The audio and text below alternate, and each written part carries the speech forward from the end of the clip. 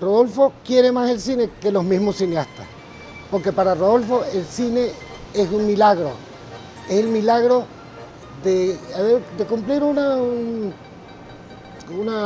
viejo sueño del ser humano, y es contar historias con imágenes en movimiento y sonido.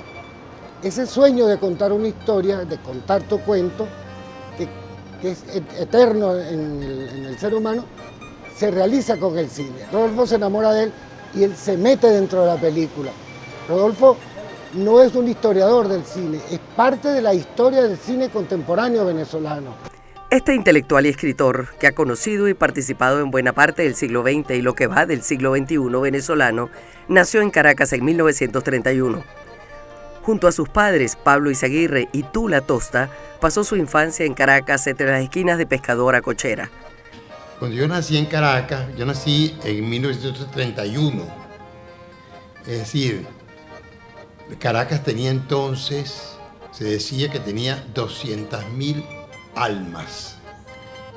Yo prefiero decir almas y no habitantes. Hoy Caracas tiene casi cerca de 5 millones de habitantes, pero creo que la mayoría perdió el alma. Alma es como más espiritual. Yo no quiero llamarme ni habitante ni usuario. Yo soy alma, un alma. Pero nací cuando tenía 4 años, cuando murió el general Gómez, que tuvo 27 años dirigiendo el país con mano férrea muy dura. Claro, no sufrí las privaciones de la dictadura de Gómez, pero mis hermanos mayores sí. Yo tenía 4 años y no tenía edad todavía para subirme al pollo de la ventana para ver los saqueos a los gomecistas, a las casas de los gomecistas y de las queridas de los gomecistas.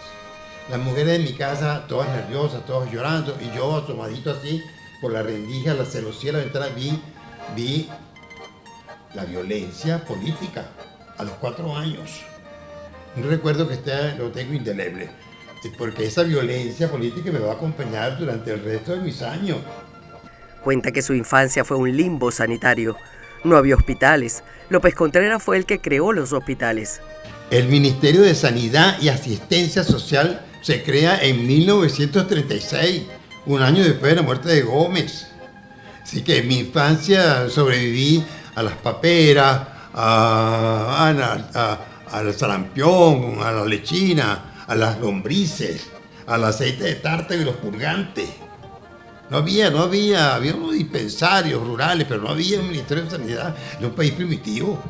Desde niño lo fascinaron los mapas y las cartas geográficas y de navegación, tal vez buscando orientación en medio de un errático vagar entre brillos democráticos y etapas de barbarie y de perverso autoritarismo, como bien describe, de absurdos enfrentamientos entre ásperos caudillos, montoneras y regímenes militares. Mis hermanos mayores se presentaron en mi casa con un escritorio de caoba pulido precioso.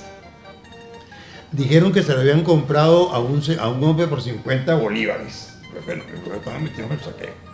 El hecho es que más tarde, a la media hora, se presentaron con la silla giratoria. Y yo, mis tareas escolares, las hice en el escritorio del Sapo Velasco, el gobernador de Caracas, Jesús María Velasco, el hombre más odiado por los caraqueños porque mató a unos estudiantes en la Plaza Bolívar. De modo que yo mis tareas escolares las hice en el Ministerio del Sapo Velasco. Es decir, no sé si eso es un privilegio, pero es estar en contacto con la violencia. Cuando otro dictador, Marcos Pérez Jiménez, cierra la Universidad Central de Venezuela, comienza a estudiar Derecho en la Sorbona de París. Inició su carrera en el cine gracias a la proximidad de su residencia en la Ciudad Luz, con la Cinemateca Francesa, lo que le llevó a abandonar la carrera de Derecho. Se consideraba la Sorbona como la gran universidad más fabulosa del mundo. No era así, era una ciudad antigua, medieval, y entonces en la clase de Derecho Administrativo hubo un desorden. Hay muchachos que vienen de cualquier parte del mundo, así como estoy yo por Venezuela, hay estudiantes que vienen de cualquier parte del mundo a estudiar Derecho en la gran Universidad de la Sorbona. Pero se comportan como cualquier muchacho que sale de los liceos. tiran taquitos, hacen desorden. Y en unos desórdenes el catedrático me acusó de que yo era el autor del desorden. Y yo le dije, en mi mejor francés le dije que era imposible porque yo en ese momento estaba traduciendo a mi idioma un poema de Robert Desnos, poeta surrealista que a mí me gustaba mucho. Bueno, decirle esto a un catedrático de este administrativo era una bofetada. Entonces el catedrático actuó y dijo lo que tenía que decir. Sortez immédiatement, sálgase inmediatamente. Me hizo un ser libre, no lo sabía. El camino que iba de mi cuarto de estudiante a la Sorbona pasaba entonces por la Cinemateca Francesa. Y eso se llama torcer el rumbo de una vida. Porque en vez de seguir hacia la universidad, hice así, crucé y me metí en la Cinemateca Francesa.